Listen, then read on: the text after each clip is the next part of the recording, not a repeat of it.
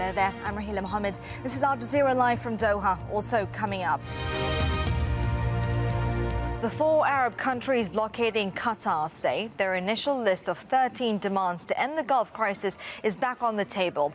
The foreign ministers of Saudi Arabia, the United Arab Emirates, Bahrain and Egypt have been meeting in Bahrain's capital, Manama.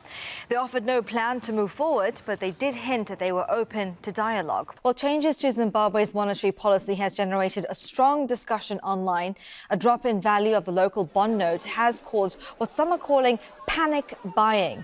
Many are sharing videos like this one, scuffles between shoppers trying to buy as much as they can, as worries about shortages and long queues are expected. Viruses are everywhere, in plants, birds, animals, and in humans. But most don't stand a chance of adapting and spreading. The natural world's defense systems fight them off, and vaccines help as well. But every now and then, a virus gets through, jumping the species barrier from, say, a pig or a bird to target instead a human. The headlines here on Al Jazeera. I'm Raheela Mahomed. A major security operation is currently underway in Spain after a series of incidents police believe could be linked.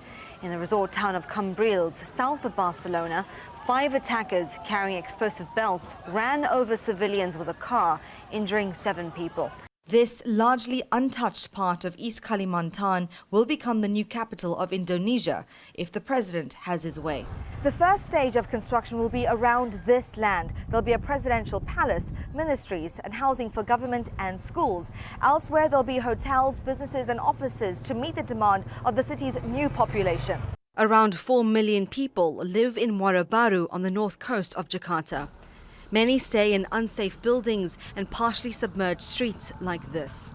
This giant seawall was built by the government to prevent the sinking, but seawater is still seeping through the cracks. And many here say that without a long-term plan, Jakarta could be lost in the coming years. What happens to those sectors when you have an influx of people?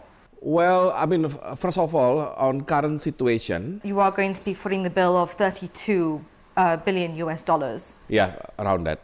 Where is the money going to come from? Yeah, we are going to invite private sector participation. Students fought with police outside Parliament in Jakarta. Security forces responded with tear gas and water cannon to disperse the crowds. Around Parliament, there's a clear message left behind. This graffiti says, "We are anti-Parliament." And down below it says, "You're violating the people's rights." The students here say they'll continue this fight until there's change. The town of Wamena has become a battleground. Hundreds of students took to the streets on Monday following weeks of protests provoked by allegations of racism in Papua province. Around 400 suspects are being questioned in Papua following the unrest. And internet access has been blocked in Wamena and Jayapura, aimed at curbing further protests. There's been a wave of nationwide protests across Indonesia this week, where 2 students were killed and dozens have been admitted to hospital. President Joko Widodo has commented on the death of those 2 students, where he said that he was saddened by the news and is calling for an investigation by police. Now, since the disappearance of Jamal Khashoggi, other Arab journalists and activists have been expressing fears of their own safety, some flagging this online to make their mark and their presence, but also addressing concerns given the political developments. Uncertainty about where this new sanctions bill stands. And Heidi, how unprecedented is it to see Democrats and Republicans pretty much on the same page, with Donald Trump essentially being sidelined here on this deal? That's right. It's very rare in the last 10 years, essentially. And Robert, good to have you on Al Jazeera again. So this is an agreement in principle to revising this missile guideline. But how much does it really boost defenses in practical terms? Hundreds of thousands of people have been tweeting about what happened in Sri Lanka. The numbers are growing fast after the first attack, which happened just after 0700 GMT. Now, the story is going viral, with many saying they are shocked and devastated. People have been sharing their videos and pictures of the aftermath of the attacks. Now, the violence began a year ago when a breakaway faction of the army tried to seize power.